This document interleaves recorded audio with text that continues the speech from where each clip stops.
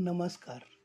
दर्जा आणि गुणवत्ता या गोष्टी म्हणजे केवळ कृती नव्हे किंवा बोलण्यातल्या गोष्टी नव्हेत, ती आपली सवय असली पाहिजे.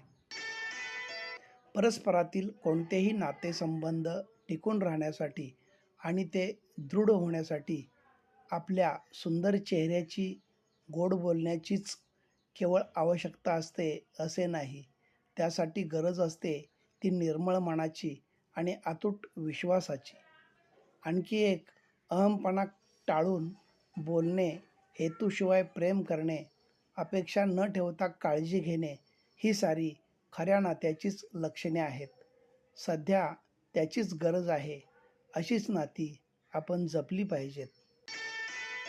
सामर्थ्य हे शारीरिक नव्हे तर मानसिक असायला हवे. आपल्या मनाच्या सामर्थ्यावर विश्वास ठेवला तर ते आपल्याला अजिंक्य बनवते.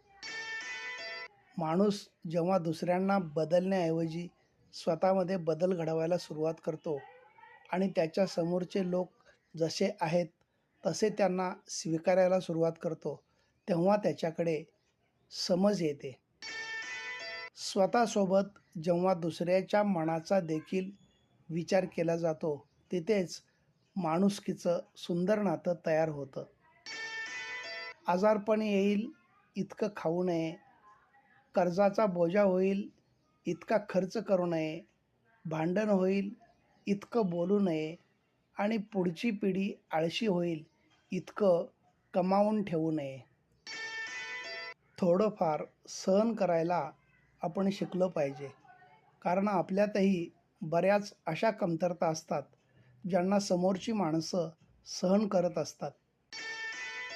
संकटावर नेहमी धैर्यानं चालून जावं, कारण ज्या भीतीचा आपण सामना करत नाही तीच आपली मर्यादा होऊन जाते. हालात को ऐसे ना होने दे कि हम हिम्मत हार जाए, बल्कि हिम्मत ऐसी रखे कि हालात हार जाए.